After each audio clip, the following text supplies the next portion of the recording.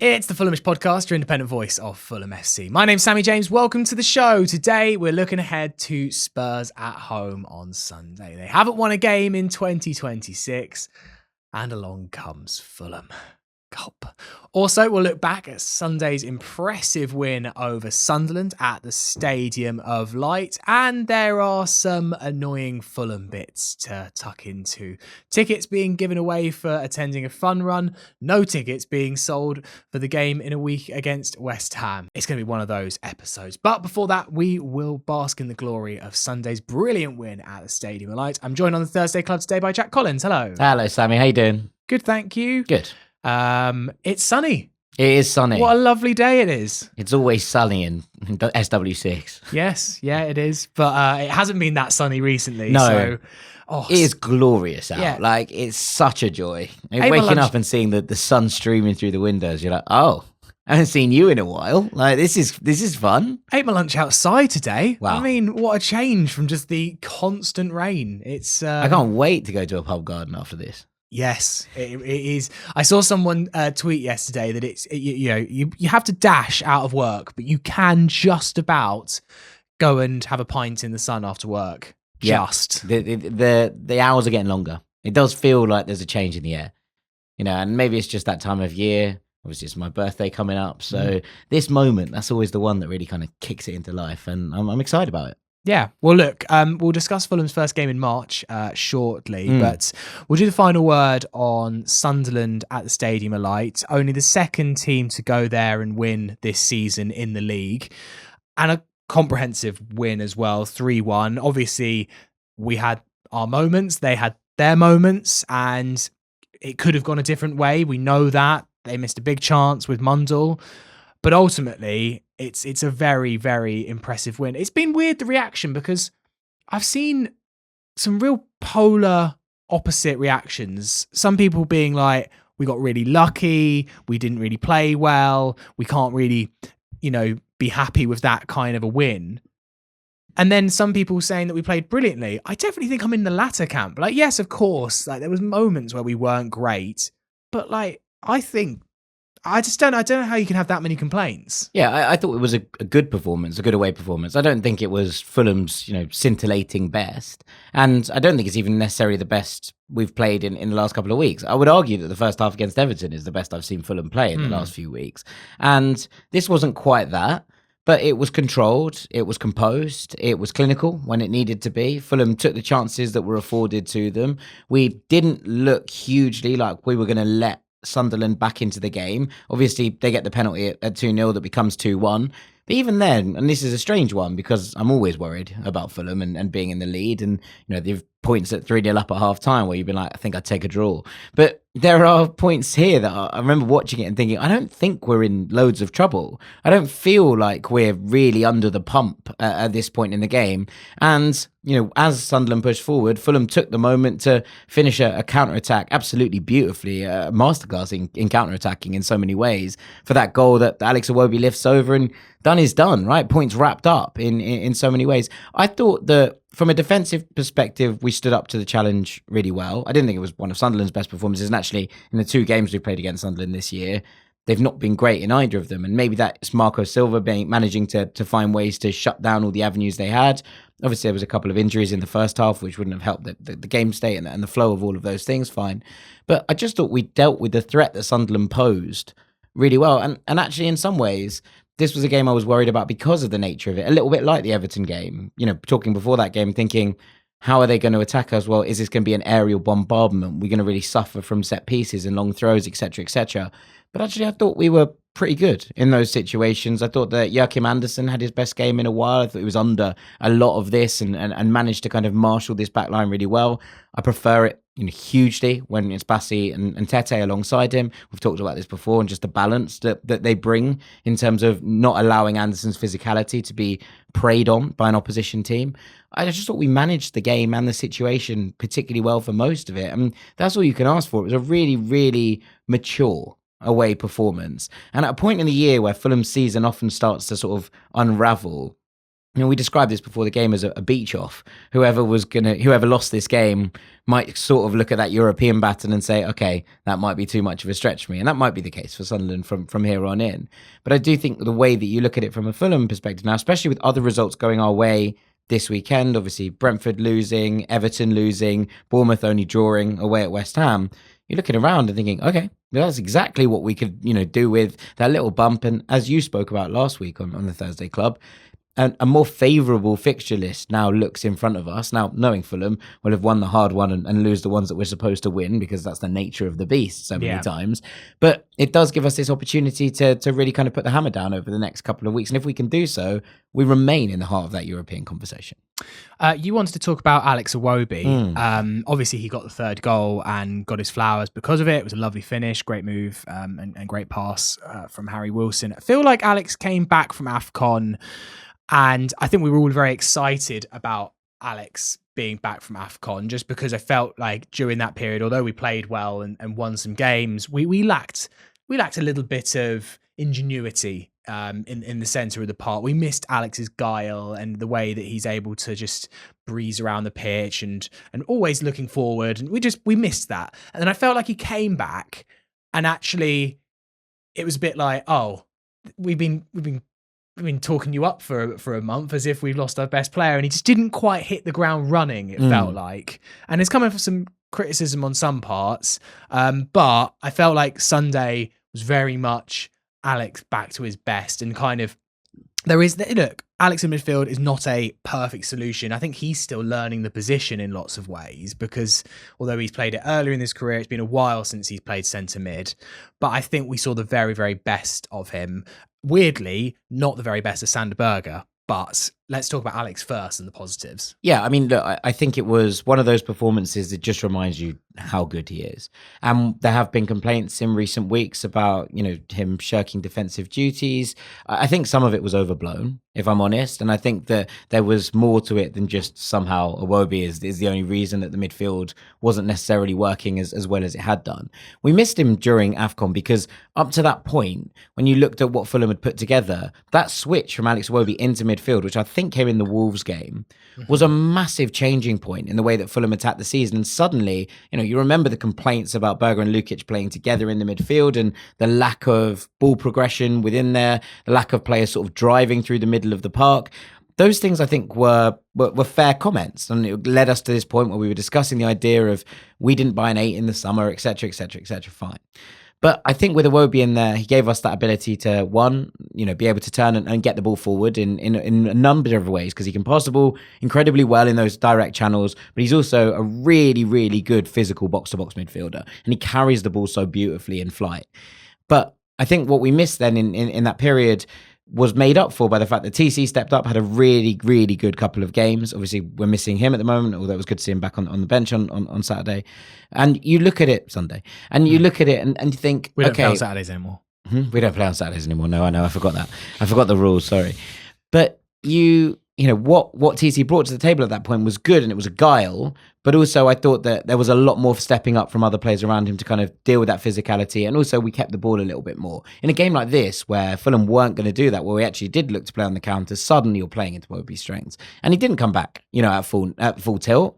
I think there's probably a little bit of a hangover from the way that AFCON ended for Nigeria. But he was so informed for Nigeria, Jack. He was and that instantly translates into Premier League form. Do you know what's really good? Calvin Bassey coming back into the side and just being incredibly good. And really stiffening up the defence. He was fantastic off the bench against United. Yeah, because Jorge Cuenca had an absolute stormer that game. Do you remember? I should have been sent off twice. It's all what it is. But I don't know if there was a slight hangover from that and just the way that it happened and the emotional toll of all of those elements.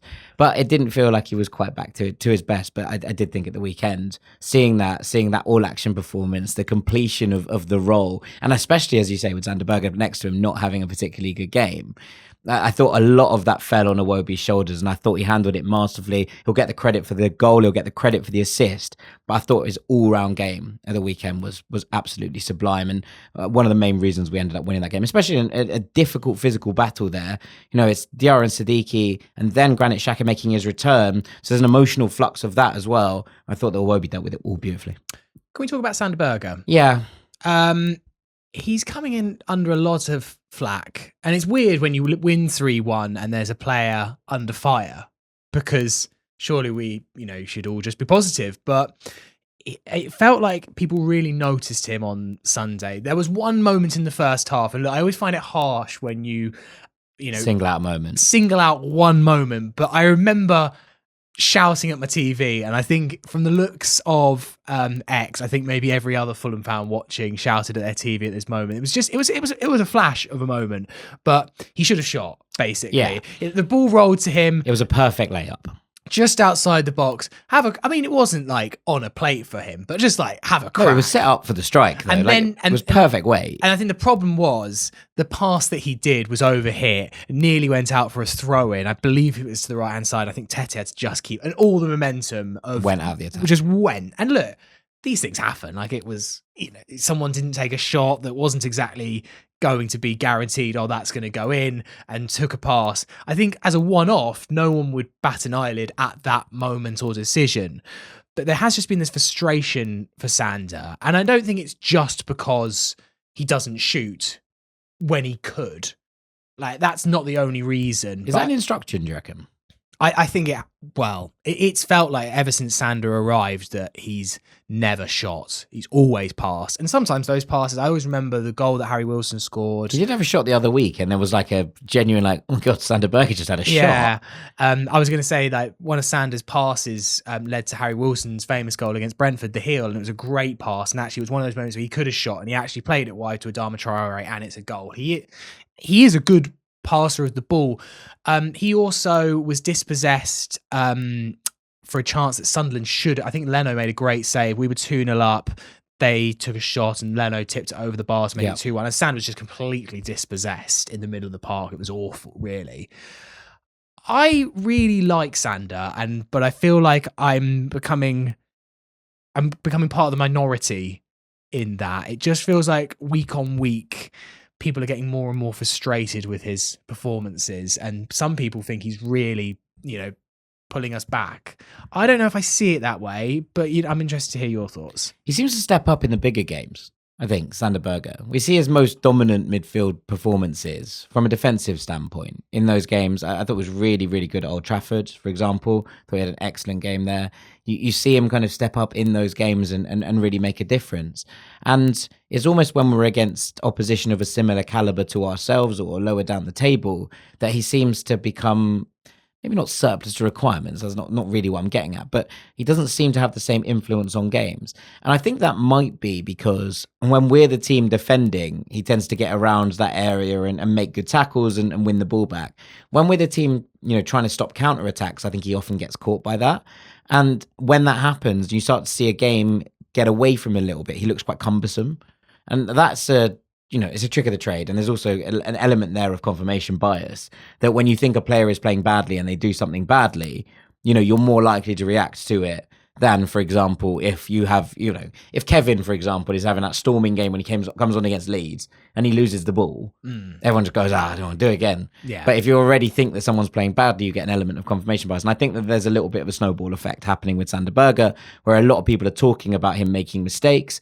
And he does make mistakes. Pretty much all of our team make mistakes at, at individual points, which, to a degree is why they're playing for Fulham. Yeah. But I think that now that it's being highlighted more and more and more, every single mistake that he makes seems to be brought more into the spotlight. Now, I'm not sitting here saying that Sander Berge has been perfect. I'm not even sitting here saying that he was good at the weekend. I didn't think he was. I thought it was a relatively poor performance all round.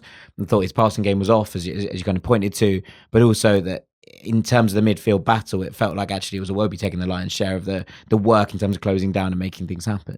So it wasn't one of his finest hours, and that's fine. Equally, Fulham don't really have many options in there. And as much as people will point to Harrison Reed and saying how good he was in scoring the goal against Liverpool and then in the Stoke game and scoring that goal as well, they're very different players. And I've said this all the way through, so I'm not going to change now. You do not want Harrison Reed being the sixth anchor of a team. You didn't want it when he was doing that. You wanted him alongside a player who sat there and was able to control the game a little bit more. Now, Sander Berge isn't doing that for us at the moment, and there's a frustration around it. But I also don't think that Marco has many options, at the very least, until Sasha Lukic returns from injury, in terms of rotating Sander Berge out of the team, because I don't think that Fulham have the composite pieces to fill that gap. So not only is there this snowball effect on his performances in terms of people criticizing him, and look, I don't think every performance has been poor. I think that'd be an over-exaggeration. I think some of this is an over-exaggeration on Sander Berge. But I also do think that if everyone was fit, Malcolm might have just rotated him out of the side for a couple of these games, and there wouldn't have been such a, oh, he's starting again, oh, therefore we look at every mistake, oh, therefore it's another poor game from Sander Berge, which seems to be, for me, what's happening at the moment. And again, it hasn't been great, but I don't think it's as been bad as been made out either. Yeah, I do sometimes think as well, like, I know that football is more complicated than this, but from a fan's point of view, you know, the fact that he never has a goal contribution. Yeah, I get it. It doesn't help, because that's when fans fall in love with players, and your centre midfielder, even if you are defensively minded, you know, João Palhinha, obviously different player, but remember, João came in and scored like 4 or 5 goals in his first season, included a couple of belters, and he really warmed to the fans. And I think Sander's got a different personality. You know, Sanders goes mid. You don't notice Sander necessarily in a game. Which is usually a good thing. He's not a tub thumping, chest beating kind of celebrate with the fans kind of player like Palhinha was, and he doesn't score goals, doesn't take shots, doesn't seem to assist very often. He's not the kind of player that lights up a game. Even if he's having a really good game, it tends to be from the sort of elements that don't tend to be picked up, and therefore I think we all thought we were signing someone that might have. I don't think Sander Berge was going to score 5 goals every season, but obviously we all saw the goal he scored against us at the Cottage. But if that is a huge one-off, right, and it's not like he has this history of scoring screamers for his entire. Actually, there might be a bit where they tried this in training. Marco's like, right, you don't shoot, and one of my pet peeves was players shooting when they have no right to do so, right? Like they'll be like 40 yards out from goal, and the centre back will maraud up and have a strike. What are you doing? Yeah. It's a complete waste of a possession. I hated when Harrison Reed did it. No, that's different, isn't it? Stop it. I mean, deliberately obtuse. It wasn't from 40 yards, was it? Like, it's not far off. Like, there are so many of those like moments where like a centre back will be given the ball by opposition, and it's often a tactic, right? Yeah. Teams will be like, let the players who can't shoot have the ball, and they can shoot from 30 yards, and the chances are, unless it's 1 in 1,000, is going screaming into the Hammersmith Which, in fairness, is exactly what Harrison Reed's was. That's why Liverpool were like. I also think that could have been Sander Berge's one against us, right? Like he just might have had a 1 in 1,000 strike, and he was like, you know what? No one's closing me down. I'm going to take it on, and he hits that one, and because we were witness to it, we're almost like, oh yeah, that guy can shoot. He scored a streamer against us. Like that's not what we were expecting. I don't know if that is him. And I wonder if there is an instruction there, because it feels to me that there's confidence, but there's also been periods where Sander's been in really good form in a Fulham shirt, has had good runs of games, and the ball has fallen to him in places where he could have had a strike, and he hasn't really. So I wonder if there is something in that where Marco's like, no, I want you to get the ball into the players who can sort of shoot from those angles, right? Like your Kevins, your Chukwueze's, your Harry Wilsons. If those options are on and they're wide of you, why are you having a crack from distance unless we're comfortable in a game? Well, there is literally nothing happening. Yeah. Like, I don't really want you in those areas taking those strikes, and I can understand that as well. No, I know.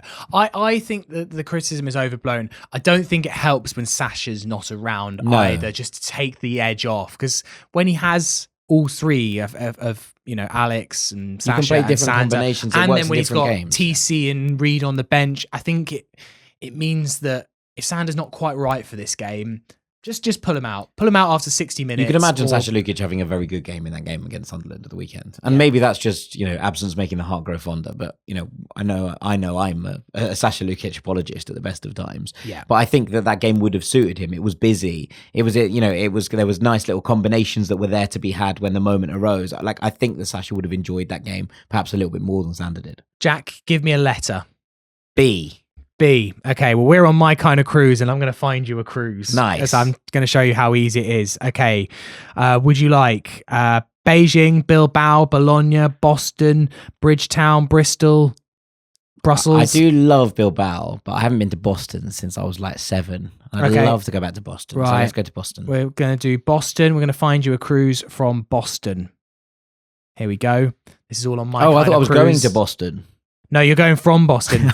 Here you are. First cruise, 7 nights, Halifax and Bermuda from Boston, Massachusetts. Amazing. Sold. 3rd of May to the 10th of May. Yeah. Are you available? That seems doable.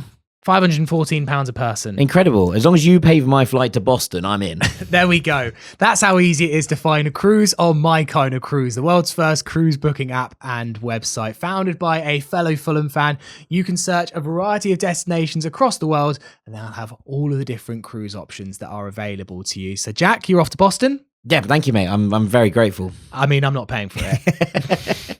I'm paying for the cruise. You're paying for my flight to Boston. But you can get an exclusive discount with the code Fulhamish. Bang. If you use it at checkout. I don't think it means it's free, but it will be an exclusive discount just for you. Thank you, mate. I'm very grateful. It's all founded by a fellow Fulham fan. Go to My Kind of Cruise to book your summer holiday. Let's come on to some of the things that I mentioned at the top to do with... we're not going to spend ages on this because I know it can sometimes get a bit, boring when we just kind of constantly pick holes in the club. But Fulham it is on Fulham crime. Yeah, it's a topic that's come up this week. If you're on X, you might have seen it. If not, we'll kind of give you a summation. So basically, there is a new run that Fulham are doing. It's called like the Buxton 10K. Riverside 10K or something like that. It's a charity 10K run, effectively, in collaboration with Fulham Pier, and it's run by the Fulham FC Foundation, who, by the way, Fulham FC Foundation, we've got nothing but great things to say for them.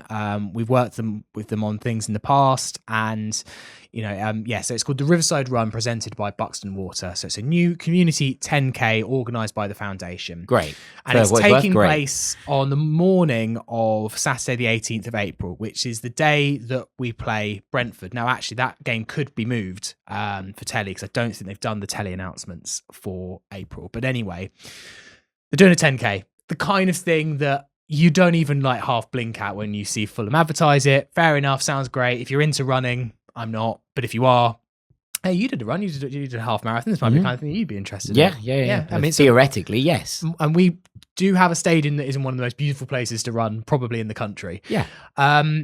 So there's a 10K. You wouldn't think anything. No issue with this, right? Like no. This is perfectly fine, completely reasonable. Hope it raises loads of money for the foundation. Yeah, that's not the gripe here. Just so we're all clear. Just one thing that, and honestly, you need to be quite eagle-eyed to spot this. There's a match day package. So you can enter just the run for £45, or you can get the match day package for £60. Gives you entry to the run and one match ticket for Brentford versus Fulham, subject to allocation and availability. And in the small print does say that, the tickets are subject to allocation and limits and availability, are non-transferable and will be issued, blah, blah, blah. After the run is done. Basically. So you can't just turn up, yeah, take you the can ticket just and leave. not do the run and get a ticket. But effectively what they're offering here is take part in a charity fun run and you will get a Brentford ticket. Now, in the past... For £15 as well. Well, yeah, a discounted kind of match ticket. Not that that's the gripe really here. All tickets are £30 and are fairly reasonable. The Fulham Foundation done this in the past. Drew Heatley, who you might hear on Fulhamish a lot, did the charity cycle ride to Southampton and up to Nottingham Forest. And as part of that ticket in the away end, I actually stood with some of the cycle people at that Southampton away game and didn't think of it. Like those were matches that I think were sold out in the end in the away end. But if you wanted a ticket, you could get a ticket. Yeah, if you're a season ticket holder, a member, you could have got one. The problem here is that obviously Brentford is pretty much the only match this season where loyalty points are absolutely necessary. Yeah, maybe Bournemouth. It's really, Bournemouth normally, although Bournemouth's been Monday night and Friday nights, it's been a bit easier in recent seasons. But assuming that Brentford stays on a Saturday, no matter what day of the week Brentford is, the allocation's under 2,000, and there will be 4,000 or 5,000 Fulham fans that want to go or would go to Brentford if they had the opportunity. 100%. And look, the loyalty point system is far from perfect. We might come on to it, but that's not really the point here. No. But it's oversubscribed every year.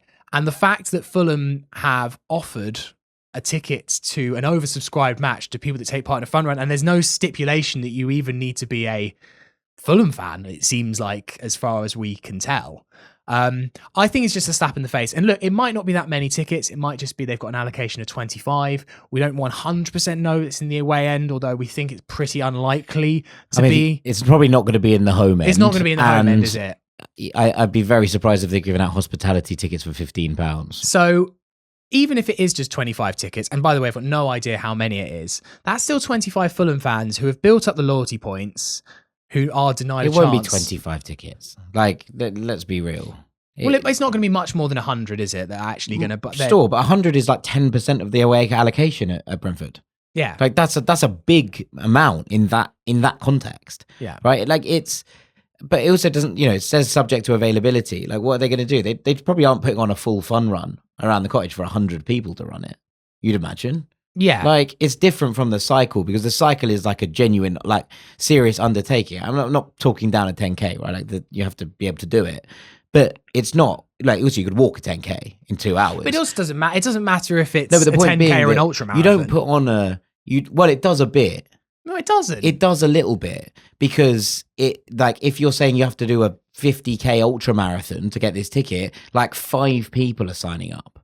But even so, the whole point is that Fulham fans travel up and down the country each week, earn their loyalty points. And look, the loyalty point system is actually fairly broken, and I've talked about this a long time. But whatever, let's not get into that today. There is a system, and even if the system's not great, there at least is a process by which you qualify to get Brentford tickets. Whether that's right or wrong or broken or not broken, that's not really the point. There is a system, and effectively this just allows people to bypass it. Now, my feeling is that there's never malice behind these things. I don't think that someone at the club is thinking, how can we anger the fan base today? I think that someone's just thought, well, how it's taking place on this morning. How can we get more people to attend this thing? Maybe let's collaborate it with the away day and say that you can get a ticket and access to this run. That might incentivize more people to sign up. But also, just, as we say, like, this is not to do, and in no way a dig at the foundation. Like, because the foundation do such wonderful work, and anything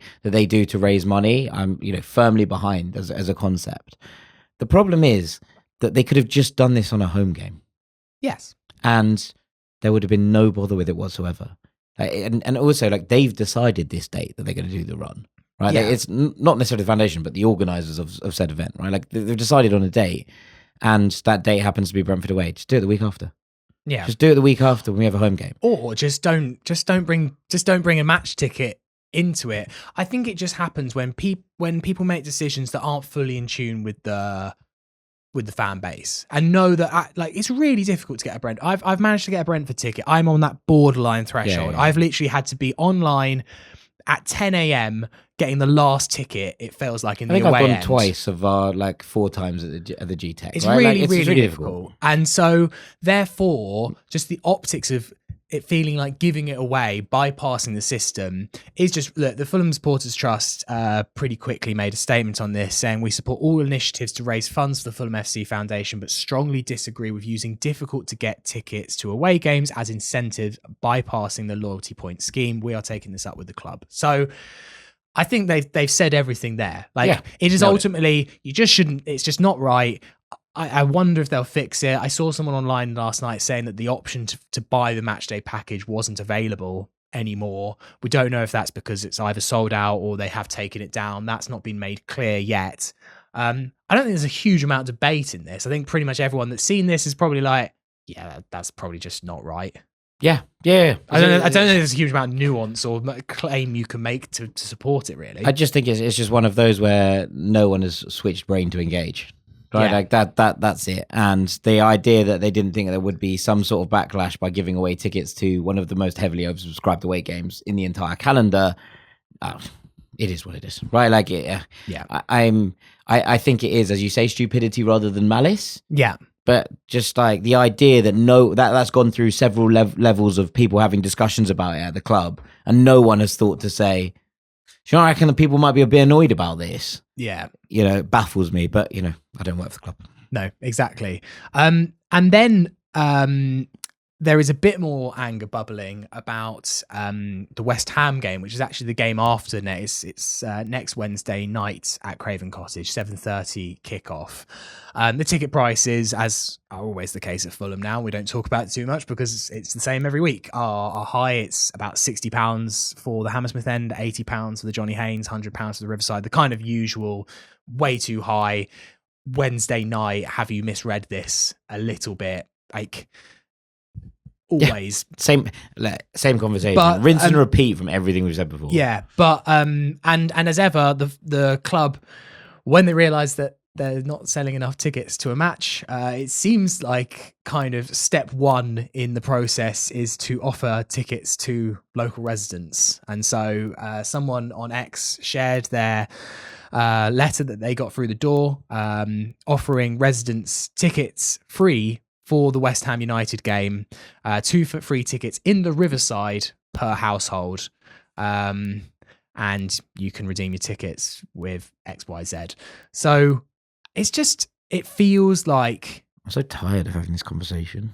I don't get it. Like, at some point, has nobody realised that, this would be more profitable if you just took all the tickets down 20 quid and you didn't have to give 1,000 of them away? Like, and look, obviously, people who live near the club, there are some bits or bobs about building relations and making sure that there's a good relationship between those two parties. Fine, right?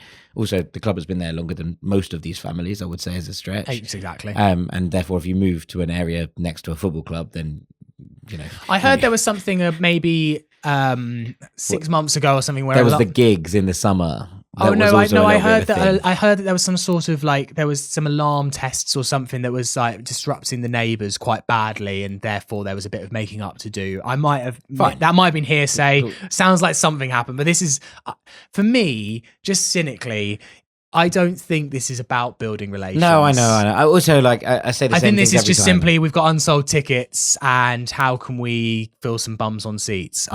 I'm not going back into the idea of ticket pricing because I'm sure that there are people who would, if they wanted to, explain to me why this is a better strategy than just paying out or taking them at £20 further down the chain. I will say what I normally say, which is if you're going to give away tickets, give them away to kids in local schools so that you build up a potential future generation of Fulham fans and you give people opportunities to go and see football that might not get to see it on a regular basis.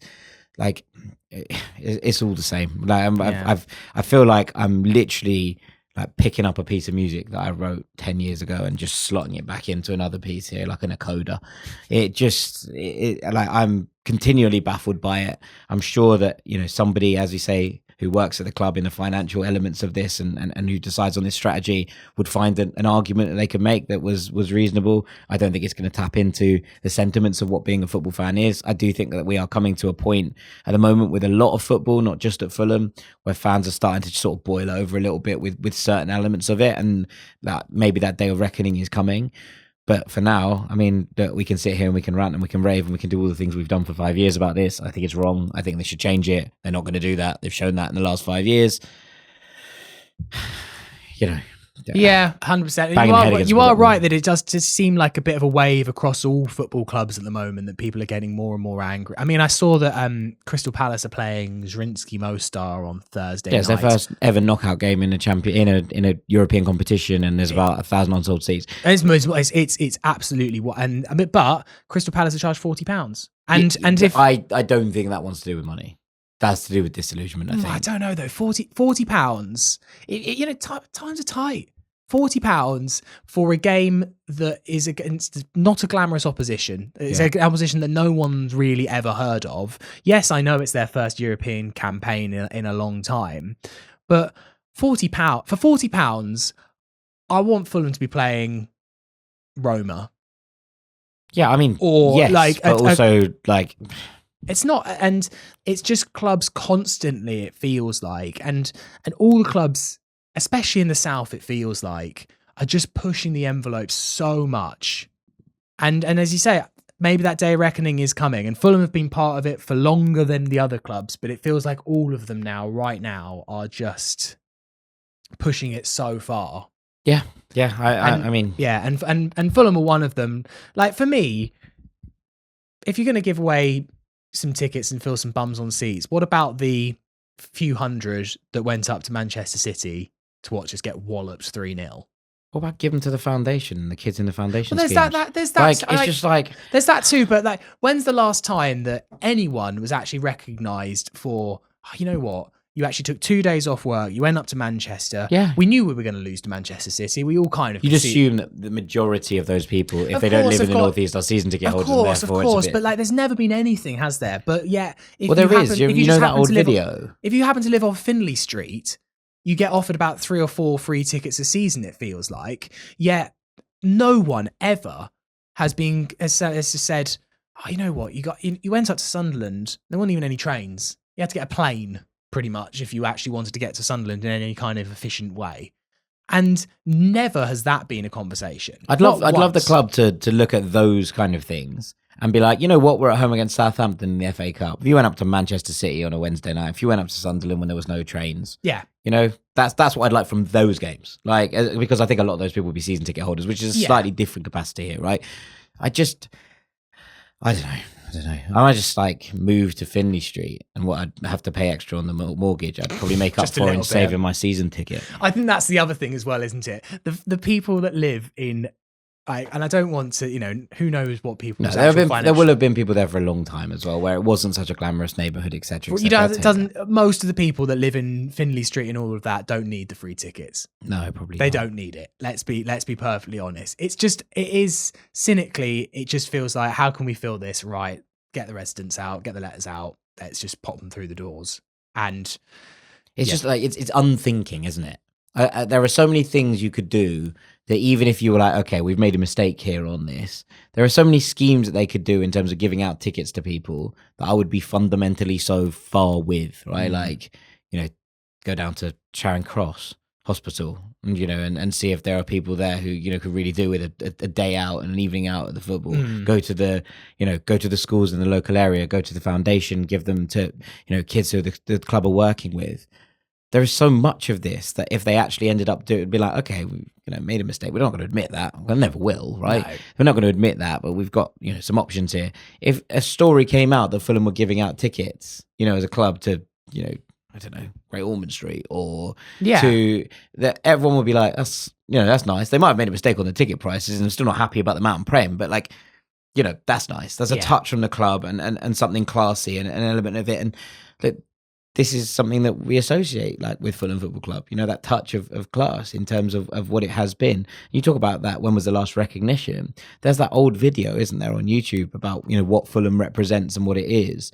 And one of the lines in the video, and I quote this quite a lot, right? But like one of the lines in the video is like last year, the club wrote to a group of fans who had travelled to every away game, not to tell them that the prices would have to rise, but simply to say thank you. And you're like, imagine that happening in today's day and age. Imagine that happening with the club as we know it now. It's a pipe dream, right? Yeah. And all that is a letter. It's not offering them free stuff. It's just saying thank you for going to all the away games. Yeah. I don't know. I'm relatively disillusioned. As someone who absolutely adores football and who works in it and, you know, spends all my days talking about it, I'm really disillusioned with the game at the moment.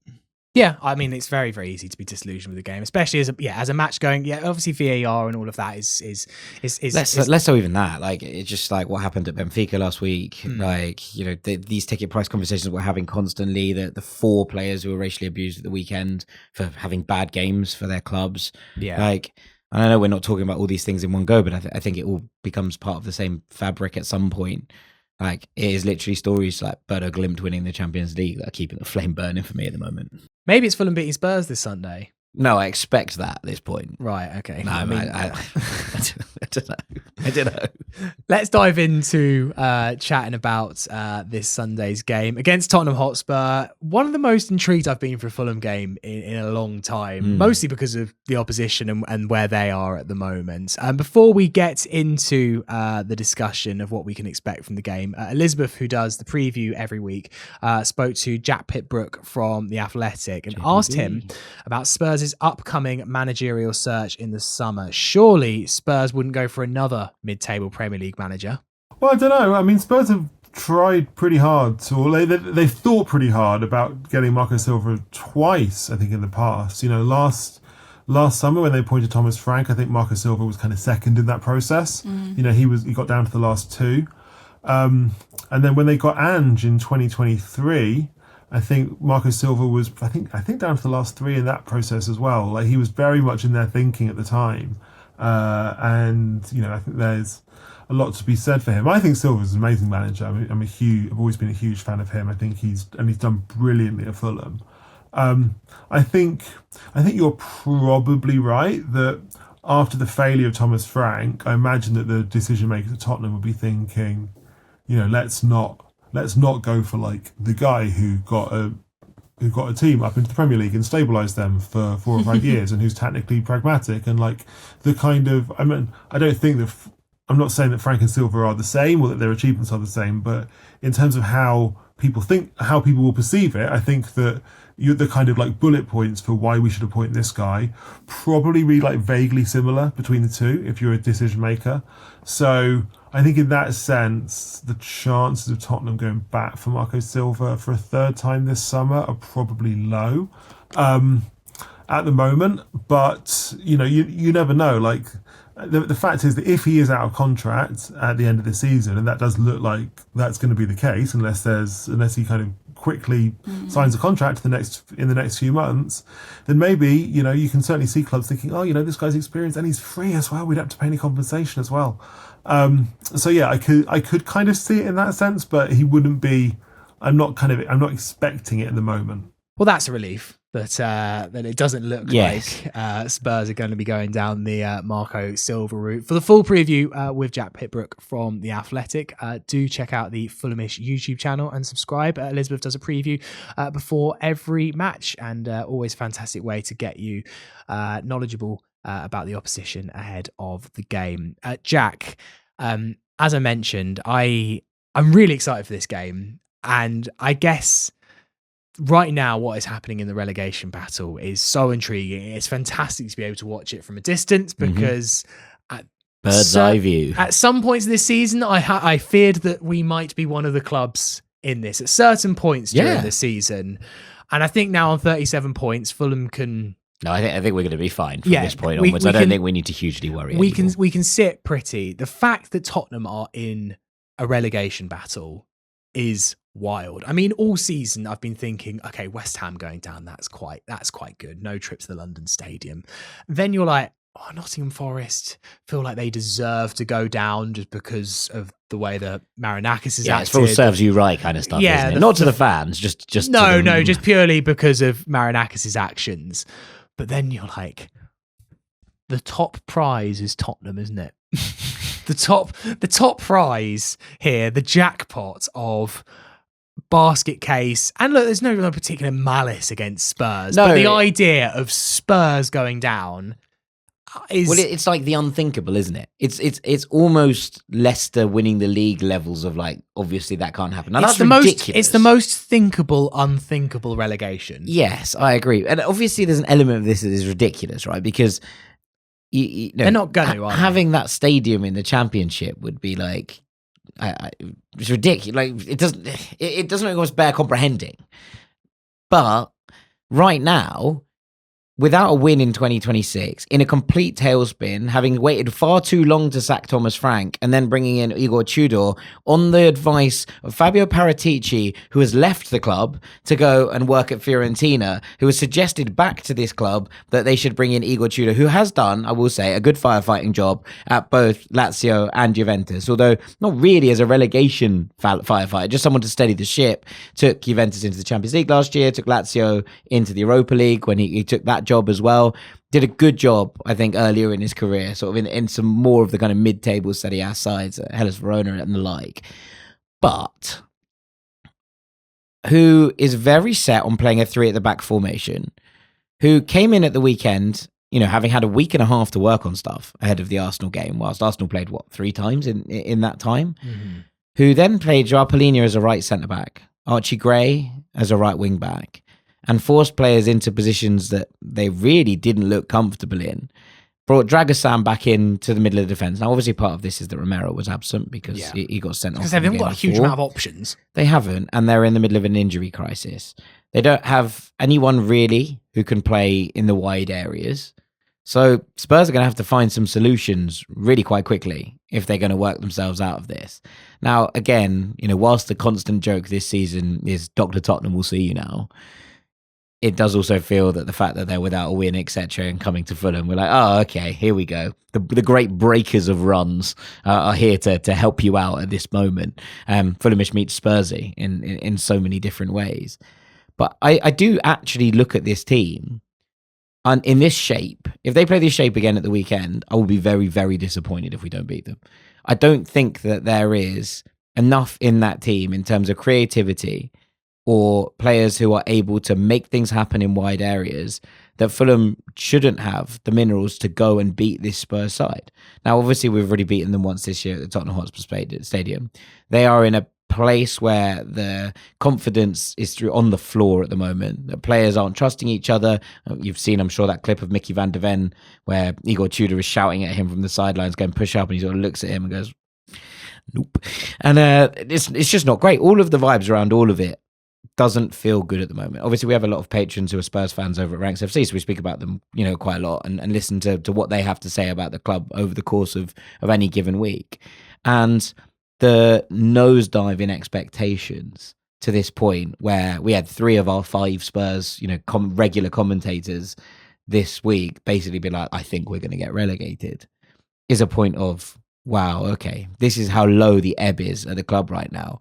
If Fulham cannot take advantage of that, I would be at this point disappointed, because a win here would do wonders for us in terms of where we are in the table, what we're looking at and our objectives. And these are 2 sides at very, very different positions. This is also a Fulham side, as we saw from Alex Iwobi's video, who, have a lot of players with Arsenal connections deep within it, who would revel in many ways in being part of what would be this incredible story about Spurs and them coming close to this.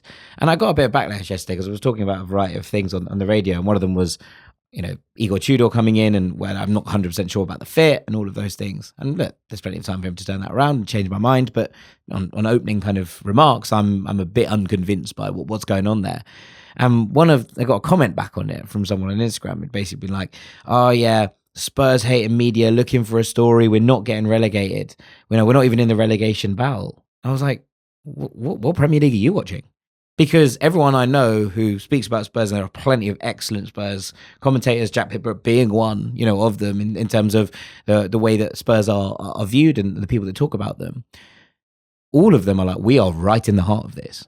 All of them are like, there is no getting out of the idea that we are in the relegation battle. And look, if they win this weekend and Forest lose and West Ham lose and there's a gap there, obviously the picture changes, and it's shifted very quickly at various points in this season.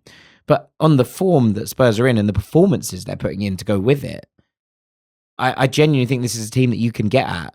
And I think that if you can get that first goal, heads are going to go again in the away end. And that's exactly what you want to do in a game like this.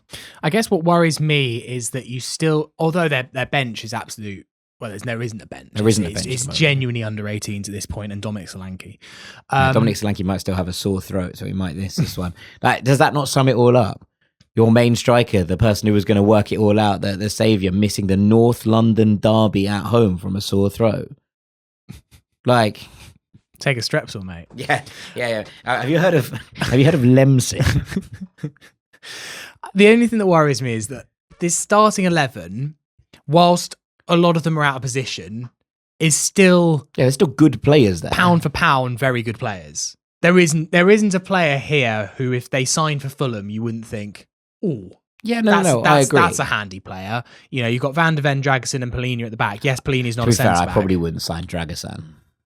You wouldn't sign him?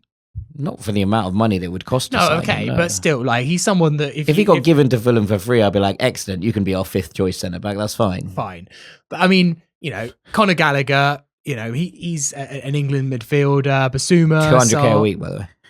Yeah, don't get me wrong. I don't think this is great business, and I can see how the worry is, and also at point. Obviously, they were awful against Arsenal in points, but in points against Arsenal, they weren't awful. There wasn't much of that 90 minutes where Spurs weren't awful. I didn't think they had obviously they score from the weird moment to get the equaliser, right? And they have a little spell in the second half, but there isn't much Colin going on another day, that Colin Mawani goal stands. But these were flashes, not sustained periods of pressure. That wasn't a team. That wasn't a team that looked like they knew how to get control of that game. No, they had no control, and that was always going. It felt inevitable that Arsenal were eventually just too I think good. that goal should stand, but also just in terms of how it is and what the foul is. I don't think Gabriel can go marauding through penalty boxes the other side, pushing 50 people out of the way to get to a header and then be blown over like a gust of wind and be flapping around on the turf like a trout. But in terms of, I think that goal should stand, but I also think 4-1 was a relatively good indication of how the game went. Yeah. But I guess, maybe I'm just overly nervous because I'm with you, but from different angles. Yeah, it never feels great when you we are Fulham, they are Tottenham, right? Where Fulham are the better team in the league, we're higher. When you go into games against quote unquote big six and expect to win. Yeah, that feels like it goes that well. I get it. It never feels right. They had a win last season. I always remember Spurs beat Brentford away 2-0. And it was one of those where, Spurs were peak bad Spurs under Ange, and Brentford were flying under Frank, and then Spurs went there and just won 2-0. And I guess I've just got this horrible kind of alarm bells of because also Spurs probably get one win against Fulham and actually they probably aren't going down anymore. Yeah, I don't want it to be our fault. Yeah, I don't want it to be our fault either. But also, Fulham need this win, right? We've beaten Sunderland. We've done the hard bit here. Yeah, we've got a win at the Stadium of Light. Of all of the 5 games we're looking at of this run that's going to make or break Fulham's season, we've won the hardest one straight away on paper. And now you need to take advantage of that. And that's when Fulham worry me. That's when Fulham concerns me most. It's drive the point home. I get it. I'm with you. And I'm scarred by what happened against Everton. I can see us absolutely battering Spurs for 45 minutes, going into the break 1-0 up and losing the game. I'm scarred from that big experience because we should have been out of sight by half time. Yeah. I think Fulham have to start fast here. I think they need to really go at this Spurs side, worry the away end. Because away fans are, I think, thicker skinned generally than home fans and will stick with the team a little bit more. The thing I think with Spurs that's interesting is that they've got a new manager in. I don't think they've genuinely expected a new manager bounce in the first game against the league leaders, even if it is a derby, right? I think we can be all reasonable about that. Mm-hmm. But also, I don't feel that there's much that the Spurs fans are particularly they'd emptied out before the end of the game. Again, totally fair enough. You're 4-1 down to your local rivals. Get out there. It's a nightmare to get home from. But in terms of, I don't think that there's much connection with Igor Tudor. I think they're a bit who's this geezer that's been flown in? Mm-hmm. And I think he's a decent manager. I think he's done a really good job with certain aspects of management within Serie A. He doesn't play particularly exciting football, but he wants to be aggressive and front-footed. I just don't think his shape particularly suits Spurs. If they line up in that shape again, I just think they can be got at. I think the players... Look, I love Joao Palhinha to death, right? Can't play right centre-back. Too much space in terms of what he's trying to gather. Doesn't fit in with the system. It just doesn't work. Archie Gray playing wing-back is wild. Yeah. There's so much of this, you're get at that. And I'm if you're Kevin and you come up against Archie Gray and Joao Palhinha in those channels, go and have a go. Absolutely get them. Obviously, we don't know whether Kevin is going to be all right or not, but whoever ends up starting in that area, if that's who you're coming up against, 2 players unfamiliar in their positions, go at them straight away, get down that side. And I think it's going to be very interesting to see, how Fulham line up, but also what this looks like in terms of the intensity and the attitude of this game, because I genuinely really do think that this is gettable if Fulham are on their game on Sunday. Well, you mentioned a good point about motivation. There is motivation from all quarters to get a result here. You've got a left-back in Ryan Sessegnon who really feels like effectively Spurs probably stalled his career, and he loved the goal against them. Mm-hmm. Last year. You've got Marco Silva, who we know he wanted the Spurs job. Yes and no. Either way, I think even if he had wouldn't have taken it, which I don't think is a guarantee. But I also he wanted the Spurs job last summer, not now. No. But even if he wouldn't have taken it, which is a possibility that we've got to assume, the idea that he wasn't offered it, I think, is probably something that he's really. So and as you say, the Arsenal boys. And also, surely, like Marco was drilling it down to them, like, you've blown quite a few chances this year. There's quite a few games where you needed to step on in order to actually go up the table where, and Everton's a great case in point of that. Leeds away, great case in point of that, where actually momentum was absolutely killed because we're just not, making a run. If you don't win this game, you're probably just never going to quite get the momentum that we need. The motivation is absolutely there. It should be. I mean, anyway. it always should be there. It's a game of Premier League football, right? But you really feel like there should be extra motivation. Right, from a Fulham perspective then, how do we approach this in terms of lineup? I don't actually expect too many changes from what the starting 11 was at the Stadium of Light, but maybe I might be wrong. I don't forgotten something. You've got obviously Leno in goal. Robinson wasn't in the squad against Sunderland. Yeah, which is slightly concerning. Yeah, it is concerning. Although I wonder if it's just the amount of depth on the bench at the moment in terms of Cassagna can play both sides. Like the only thing, you never leave out Robinson unless you 100. Like surely. No, I agree. It is concerning, but I would let's fingers crossed. It's nothing serious. But obviously, I think obviously, look, Cess made a huge mistake. If Robinson was fit, I would probably have suggested bringing him in for this game. As I say, that right-hand side I think is targetable from a Spurs perspective, and I would want the runs of Robinson in those spaces if I could, but I'm happy enough with Cess sticking around. Cess made one bad, he had a decent game and had one terrible lapse of judgment. That's also fine. Yeah. So I imagine Sessegnon, obviously, Bassi Anderson seems like the duo at the moment. Tete at right back. We don't have a lot of option in midfield. I mean, I know some people might say that they want like a Harrison Reed to come in for Sander Berge, but that's just not going to happen, is it? No. It will be Smith Rowe, you'd have thought, as the 10. Smith Rowe's a weird one because, like, I thought it was okay against Sunderland. I feel like it's a 7 out of 10 every week, and that's good enough. At some point, you're like, do we need an assist? Do we need a goal? Do we need some more contributions from Smith Rowe? Like, I'm really pleased. He's working quite hard defensively, and it's something that we didn't really see from him last year. Getting back into those midfield battles and helping out alongside Iwobi. I think he's really improved in that stratosphere of his game. Maybe it's taking a little bit away from what he's able to conjure in the final third. And I think that in a game like the weekend, the Fulham kind of moments that you get there, obviously it's a goal from a set piece, it's a corner, and the other one's a flying counter-attack. None of those are really Smith Rowe-y. Yeah. Don't get me wrong, I'm happy with Smith Rowe, and I think he should keep the 10 I think he should keep his place. Position. It's just one for me. I'm like, okay, we need a bit more now than just good performances. We do need you are number 10 at the end of the day, and just the amount of contributions is still not as high as I think. Probably score here despite his dad, wouldn't he? Yeah, I mean, absolutely. Smith Rowe, score of the weekend, and I will shut up gladly. It was just something that was I know what you're getting at. Left wing, Chukwueze we don't know about, but his injury seems like it's fairly serious. It was enough to keep him out of the squad. Kevin did pick up a knock. It was a weird injury. They were a little bit worried about his Achilles, was the word on the street. Not in terms of from the club. There was like people on, the medical experts on Twitter being like, the way he's walked off there isn't great. He was pictured on little we can go off at the moment before a press conference. He's on Instagram story, and all I'll say is he looked fine.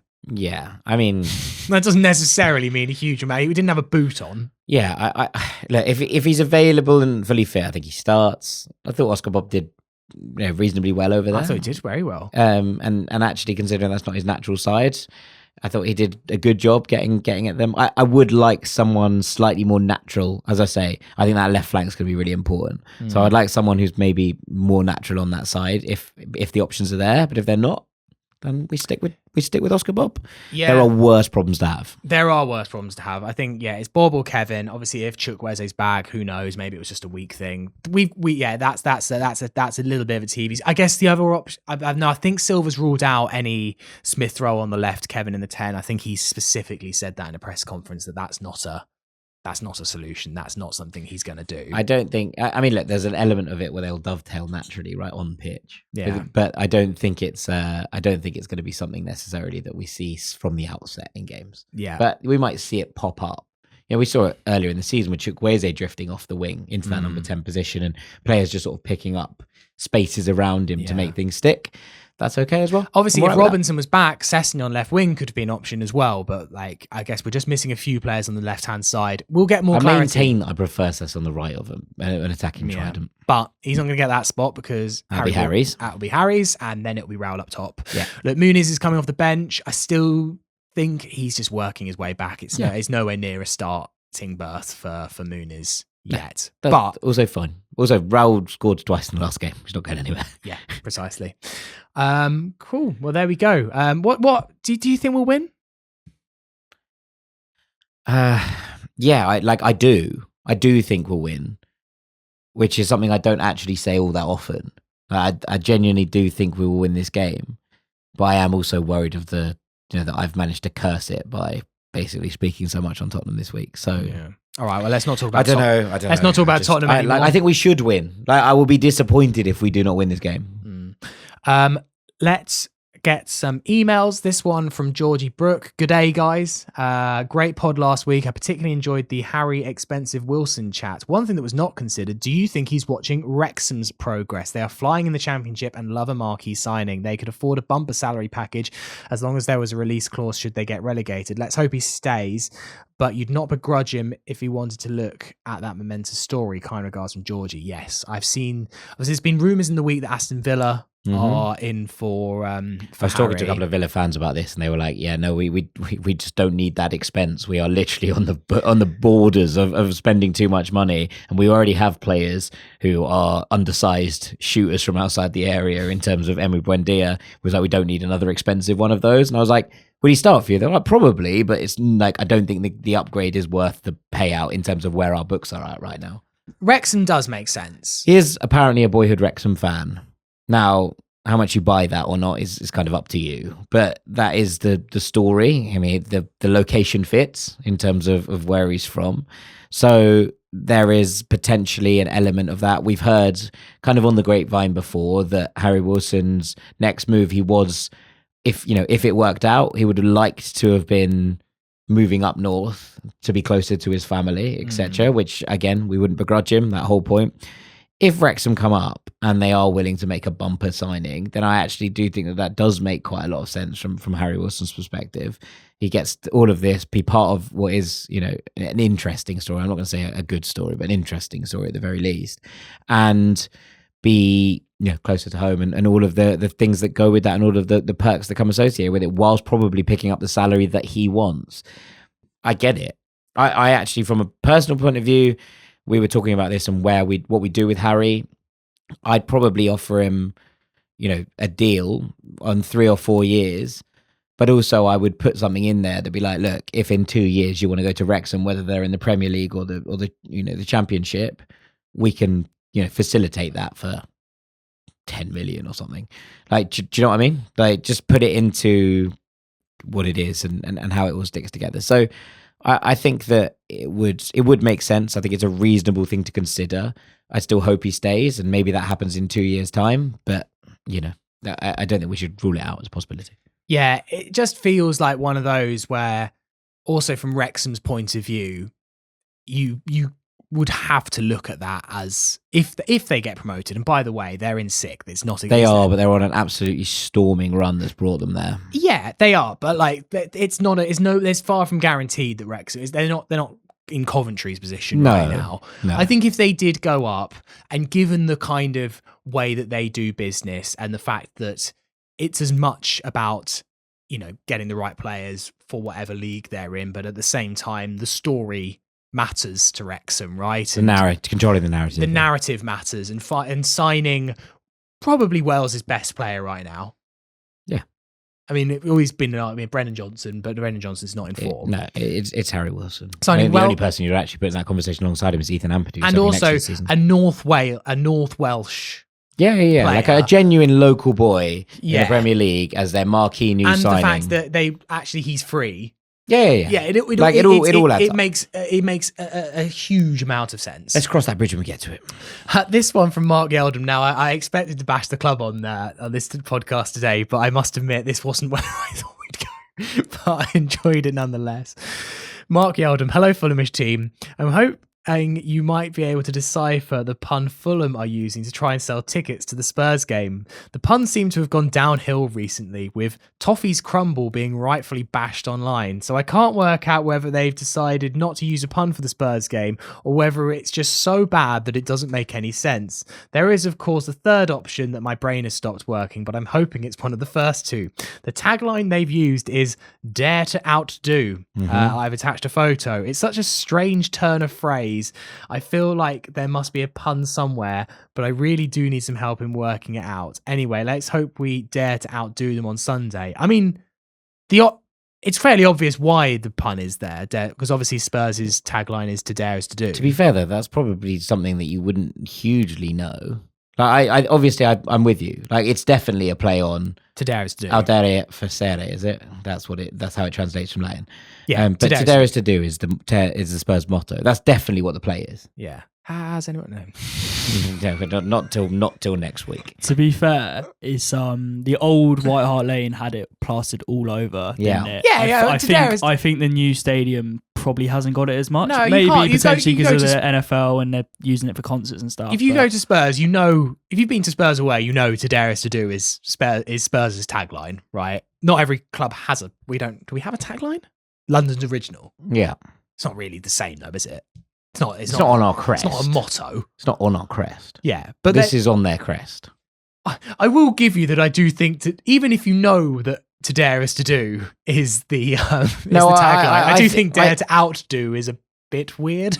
I think it's a bit niche generally. I don't think I would hold it against anyone for not knowing that the Spurs' tagline is "To dare is to do." I'm not holding. I'm not having a go. I'd imagine that's what this comes from. Maybe that tagline not being, and if or Mark's well aware of this and just being like, "That's a terrible pun," which it is. Still. Yeah, but it does make sense. I can understand why they've done it. I just don't think it's very good. Yeah, I just think it's I've always thought this with. I mean, this is the thing, and when we should have just gone like "spur them on." Yeah, you know, just something really simple. Fulham love a pun, right? We used to do puns when we signed players. We seem to have stopped that now. Yeah, very frustrating. I always think when you go down the strategy of puns as your kind of thing, it can be brilliant, but when you have to crowbar in a pun, there is nothing worse. It's a bit like a 3-word review. Yes. Hence why but at least with 3-word reviews, at least we outsource it. Yeah. It's about trying to name a Thursday club. Yeah. In fairness, yeah. Naming the Thursday club, which is normally poor old Freddie's job, is maybe we should. That's what we should call this. Dare to outdo. Dare to outdo. Yeah, let's do it. I remember the last podcast. It was talking about Tottenham, and that was the same week that Spurs hated. They, for some weird reason, they had one random week they hated being called Tottenham. Do you remember that last year? They did that thing where they were like, we're either Spurs or we're Tottenham Hotspur. Yeah. You can't... and the podcast name that week, which I thought was really clever, was talking about Tottenham, which, just to wind them up even more. There we go. Very I forgot about that. You can't call them Tottenham. Yeah, I mean, I think they backtracked out that one pretty easily. Look, I've just got to say, one of my favourite people in the football sphere, etc., is a Tottenham fan, expressions oozing. I think he's the funniest man alive, and I've met him like a fair few times, worked with him a fair few times. He's just genuinely one of the sharpest, funniest geezers. His rants when Spurs lose are the best thing on the internet, and I'm just really, really hoping for another one at the weekend. That's all I can say about it. I'm really, really hoping we just get expressions absolutely. Like last time out when it was the Sessegnon bit, he was like, Ryan Sessegnon's has gone full ham on you. And was absolutely losing his mind. Just unbelievable stuff. It was joyful to behold. So I'm really hoping that if Fulham team are listening to this, I'd love to hear expressions losing his mind again on Monday. So please. Yeah. That's the real win. That's the real win. That's my plea. All right. That'll do for the podcast today. At least Freddie's got a name. It'll take him 5 minutes less to upload this podcast. Jack, thank you very much. Thank you, Sammy. Always a pleasure. And have a great weekend. Fingers crossed we can get 3 points and carry on this good run up the table. You Whites! You Whites!